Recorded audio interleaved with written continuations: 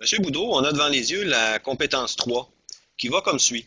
Concevoir des situations d'enseignement-apprentissage pour les contenus à faire apprendre, et ce en fonction de l'effectif scolaire et en vue du développement des compétences visées dans les programmes. Si vous nous décortiquez ça, cette compétence-là, qu'est-ce que ça donne? Cette compétence, qui est la compétence numéro 3, constitue l'expression de l'activité principale de l'enseignant, à savoir de concevoir des situations d'enseignement-apprentissage. Pour bien comprendre l'ensemble des composantes de cette compétence, on pourrait en identifier 4 éléments. De ces 4 éléments, on va parler de situation d'enseignement-apprentissage, de contenu à faire apprendre, d'effectifs scolaires et de développement des compétences. À partir du moment où on sera plus en mesure de comprendre chacune de ces composantes, on pourra constater l'ampleur qui est identifiée à cette compétence que l'enseignant doit développer. Disons qu'on commence avec la première.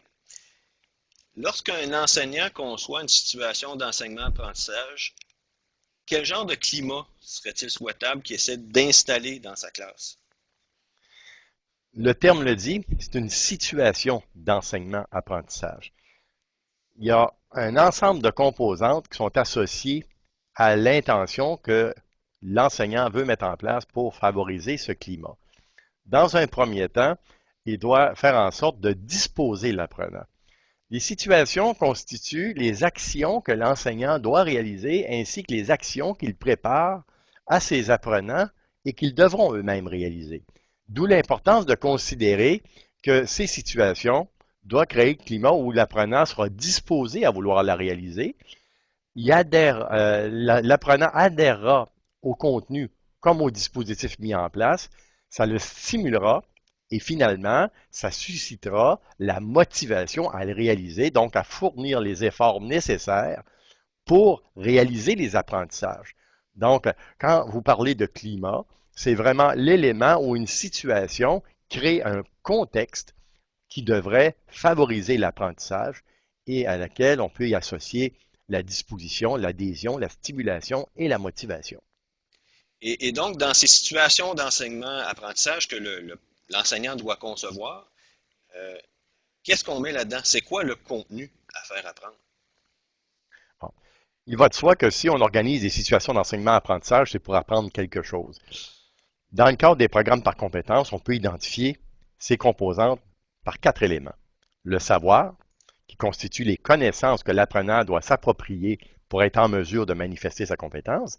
Les savoir-faire qu'il devra réaliser et qui seront des manifestations concrètes de sa compétence. Les savoir-être qu'il devra manifester, donc les attitudes professionnelles ou l'identité professionnelle associée à l'activité professionnelle, et également le contexte ou les contextes où se situe ce savoir, ce savoir-faire et ce savoir-être-là. Tous ces éléments constituent les composantes de l'objet d'apprentissage que l'enseignant doit insérer à l'intérieur des situations d'enseignement-apprentissage en se référant à son programme, mais en les décortiquant selon les 4 composantes que je viens de vous présenter. Et du côté de l'apprenant, de l'effectif scolaire, qu'est-ce qu'on devrait considérer en particulier? Il va de soi que l'effectif scolaire constitue l'autre élément clé, à savoir que si j'ai un objet à faire apprendre, j'ai quelqu'un qui va l'apprendre. Dans un premier temps, la personne qui doit l'apprendre est associée à, on doit considérer ce qu'il sait. Et parce qu'on part toujours de ce que l'individu sait pour l'amener où est-ce qu'on veut euh, qu'il identifie ce qu'il devra apprendre. Donc, cet écart-là est important à définir et à considérer dans l'effectif scolaire. Également, ce qu'on doit considérer, c'est ce que l'apprenant est, soit de par son statut, de par sa culture, de par son expérience, de par son attitude. Euh, tous ces composantes font partie de ce qui doit être considéré lorsqu'on met en place une situation d'enseignement-apprentissage. Un jeune n'apprend pas, un jeune de 18 ans, 19 ans, n'a pas le même bagage que quelqu'un de 40 ans qui va suivre une formation. Chacun amène des caractéristiques liées à l'âge, liées à un ensemble d'éléments qui devront être considérés. Troisième composante, en ce dont il a besoin. Chaque individu qui suit une formation a des besoins différents. Donc, que ce soit le jeune, que ce soit l'adulte qui suit la formation, ces deux catégories de personnages ou d'apprenants ont des besoins qui sont distincts. Et également ce qu'ils désirent. Donc, qui sont plus de l'ordre du souhait, de l'aspiration.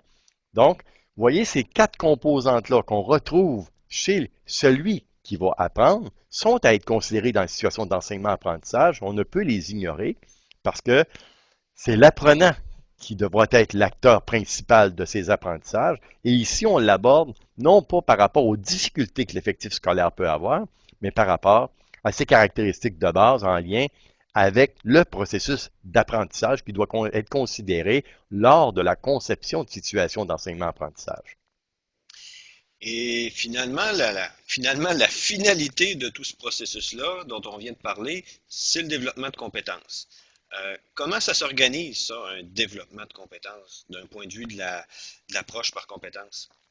Effectivement, cette trame de fond-là, que ce soit le programme ou l'approche par compétence, ces deux composantes doivent être insérées dans la situation d'apprentissage.